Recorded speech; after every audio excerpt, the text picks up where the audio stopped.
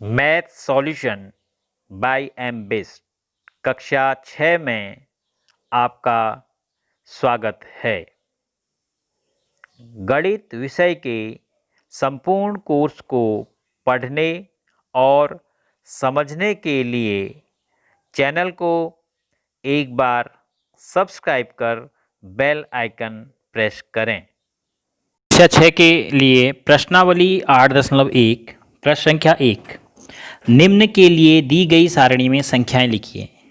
इन चित्रों को समझते हुए आपने यह लिखना है कि दशांश में, इकाई में, दहाई में और सैकड़े में आप क्या लिखोगे। आप देखो, यह एक इकाई है, इसके 10 बराबर हिस्से किए हैं और 2 हिस्से यहाँ पर दिए हैं। तो 1/10 हो गया और ये 2/10 हो गया। तो दशांश में 2 हिस्से हैं और इकाई में एक चीज़ है।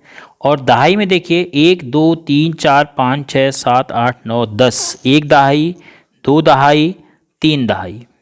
तो दहाई में कितना है 3, इकाई में कितना है 1 और दशांश में कितना है 10।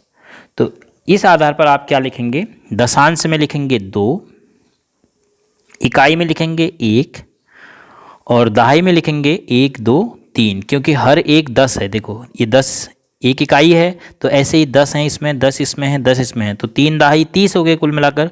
तो दहाई में आप लिखेंगे 30। तो कितना हो गया 31.2। अगर आप इसको संख्या रूप में लिखेंगे तो ये हो गया 31.2, क्योंकि दशांश का मान दशमलव के ठीक बाद लिखा जाएगा। दूसरे चित्र में देखिए जिसमें सैकड़ा भी आपको दिया है, इसको आपने ध्यान से समझना होगा। अब इकाई देखो इसमें है नहीं। दहाई में देखो 1 2 3 4 5 6 7 8 9 10, तो 10 ये बॉक्स हैं। तो इस एक बॉक्स के 10 हिस्से किए हैं, उसमें से 4 हिस्से आपको दिए हैं, तो 4 दशांश हो गया। इकाई में कुछ भी नहीं है और दहाई में 1 है। और सैकड़े में देखिए आप कितने सैकड़े हैं, 1 2 3 4 5 6 7 8 9 10, 10 ऐसे 1 2 3 4 5 6 7 8 9 10, 10.100, अर्थात सैकड़े में 1 है, तब तो 100 छोटे छोटे बॉक्स हैं। तो एक सैकड़ा है, एक दहाई है और 4 दशांश हैं। तो आप क्या लिखेंगे, सैकड़े में 1, दहाई में 1, इकाई में कुछ नहीं माने 0 और दशांश में 4। तो संख्या के रूप में यह हो जाएगा 110। उसके बाद दशांश से पहले आप दशमलव लगाओगे, दशांश में कितना लिखना है 4, तो इसको पढ़ेंगे 110.4।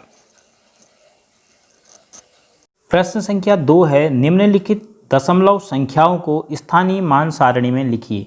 ये जो नीचे दशमलव संख्याएं दी हैं इनको इस स्थानीय मान सारणी में लिखना है। स्थानीय मान सारणी का मतलब इस प्रकार के सारणी, दशांश हो, इकाई, दहाई, सैकड़ा, हजार। अब चूंकि इसमें कोई भी हजार में नहीं था, अधिकतम सैकड़े पर, तो प्रत्येक संख्या में से आपने समझना है कि पहले दशांश में कितना है। देखो दशमलव के बाद 4 है तो इसको आप लिखोगे दशांश में। फिर दशमलव के बाद इकाई पर है 9, इसको लिखोगे इकाई में। फिर दहाई पर है 1, इसको लिखोगे दहाई में। और सैकड़े में कुछ नहीं है तो इसमें आप लिख सकते हैं 0, कुछ नहीं है।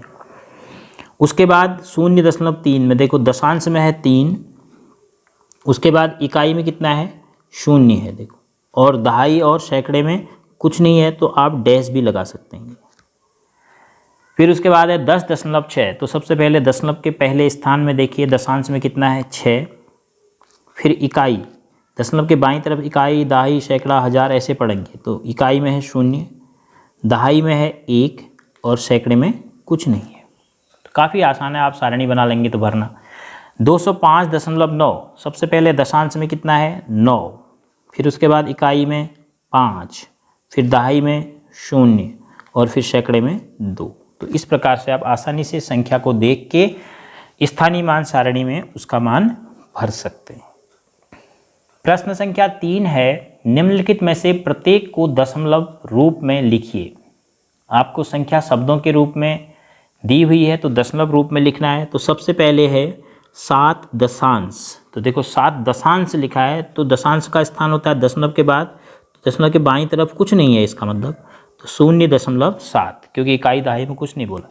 फिर लिखा है देखो 2 दहाई 9 दशांश, तो 2 दहाई बोला है, यानी दहाई पर 2, इकाई पर कुछ नहीं बोला है तो इकाई पर 0 और उसके बाद दशमलव के बाद दशांश में कितना बोला है 9, तो ये हो गया 20.9।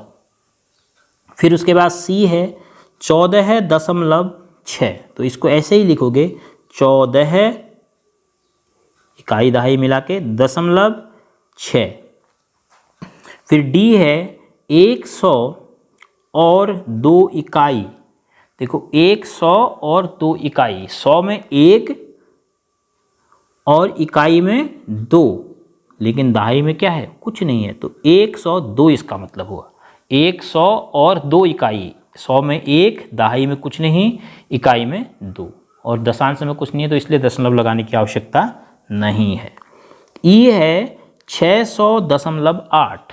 अब देखो 600, 6 है 100 पर, उसके बाद दशमलव है 8, तो इसका मतलब इकाई और दहाई में कुछ नहीं बोला है, तो इकाई और दहाई में 0, और देखो 6 आ गया आपका सैकड़े में, तो ये लिख दिया हमने 600.8।